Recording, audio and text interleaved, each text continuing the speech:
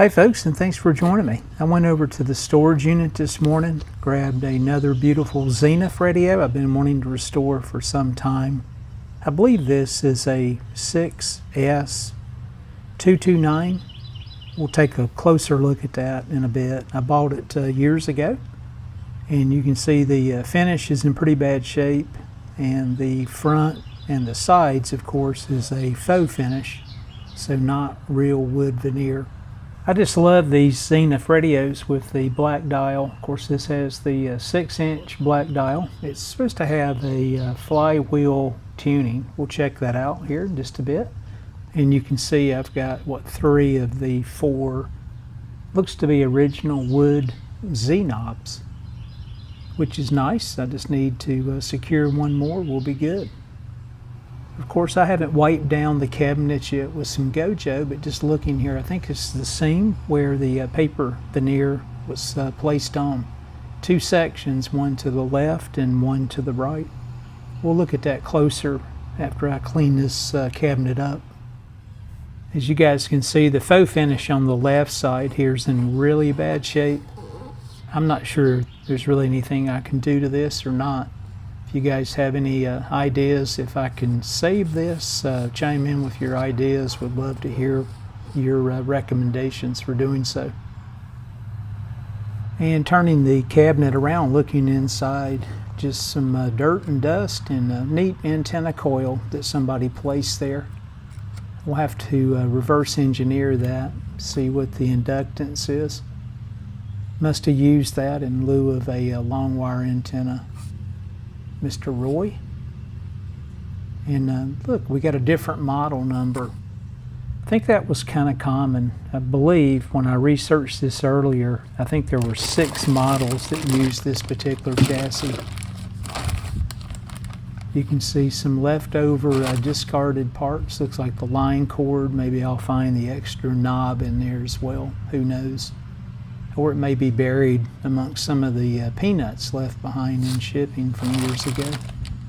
And you can see the typical water damage. This thing's been exposed to at some point in time, or at least high humidity. The plywood is delaminated there.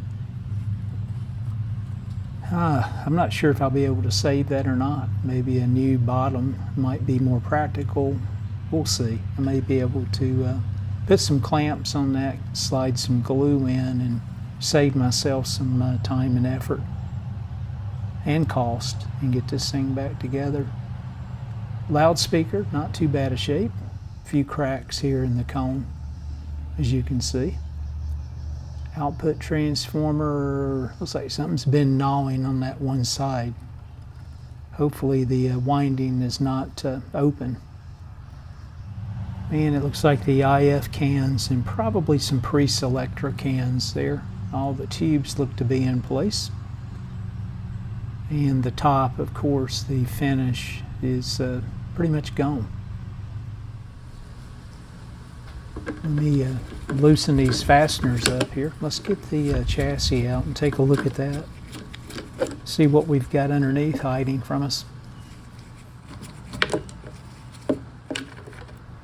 And the old 4-prong speaker plug with some frayed wires.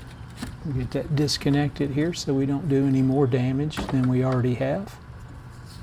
And there's that model number if you can make that out. 6S229. So 2 possibilities there. The chassis was swapped, that being the 6S222 chassis was placed in here. Most likely this came from the factory this way. That would be my guess. Alright, looks like I'm going to need 2 hands here to get this thing out.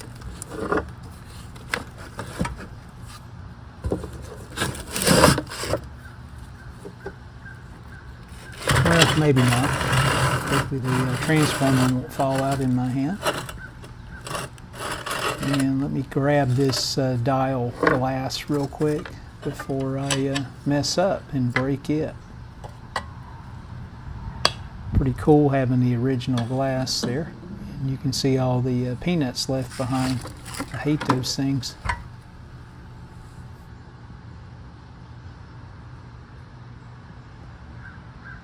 Well, I'll retrieve as many of them as I can. I'm going to get the shop vac out here and suck up the dust instead of blowing this stuff in my face.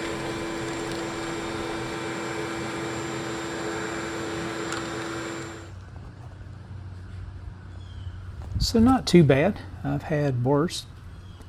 See, all the tubes are in place as I mentioned earlier. Just some rust and crud there. 80 plus years of it. Who knows how long this thing's been in storage. And you can see it was damp where it was stored, because we do have some surface rust and probably more. Love that 6-inch black dial. I tell you, Zenith really made a beautiful radio back in this period. And the electrolytic can is still there, which is cool to find.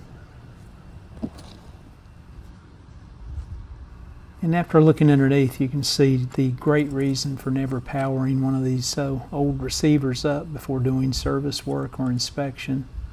One of the electrolytics dangling in the wind.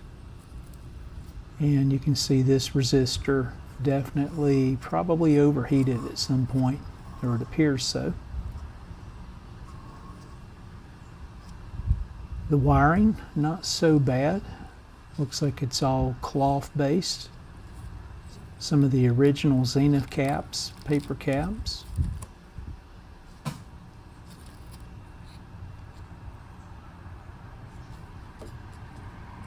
The point-to-point wiring on this thing is really nasty. You can see that can dome here to the left.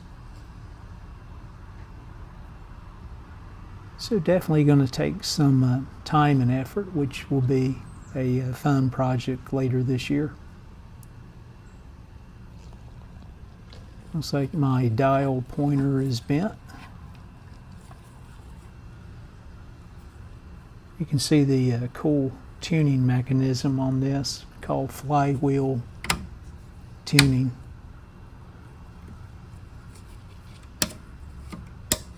I think this radio is supposed to have a dial belt, so looks like somebody has put string on it for now. And again, the beautiful dial. The cool thing is the variable condenser is not froze up.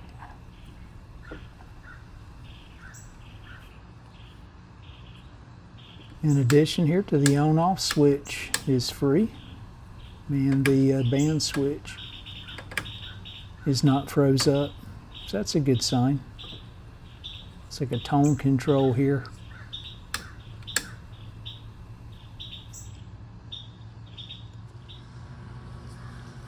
I'm going to get this loudspeaker out of my way so I can wipe down the cabinet. And hopefully nothing is damaged there on the output transformer, where something's been gnawing away on that one corner. Time will tell.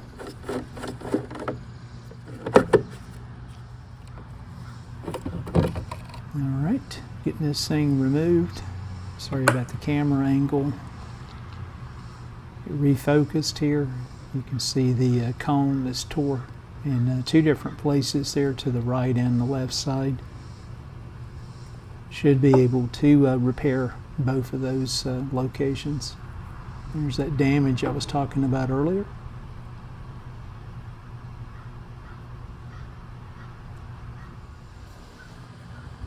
And you can see I grabbed my original Gojo and stirred it up well, some clean rags, and wiped down the cabinet best I could. I tell you, the right side here is in great shape. I just wish the left side looked as well, and that left front corner here, as you can see. Let me move this thing over here and see if I can capture the left side. Yeah, a lot of these too, it's not showing up on camera. These are actually gouges, so they're into the substrate material underneath the faux finish or paper veneer.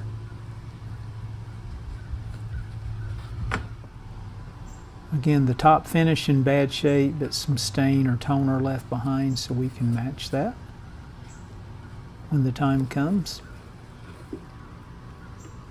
And you can see I've got the inside of the cabinet wiped down, one pass at least, so it needs a couple more.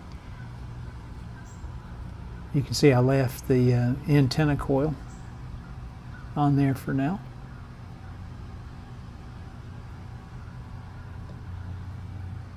And here's that damage again to the substrate.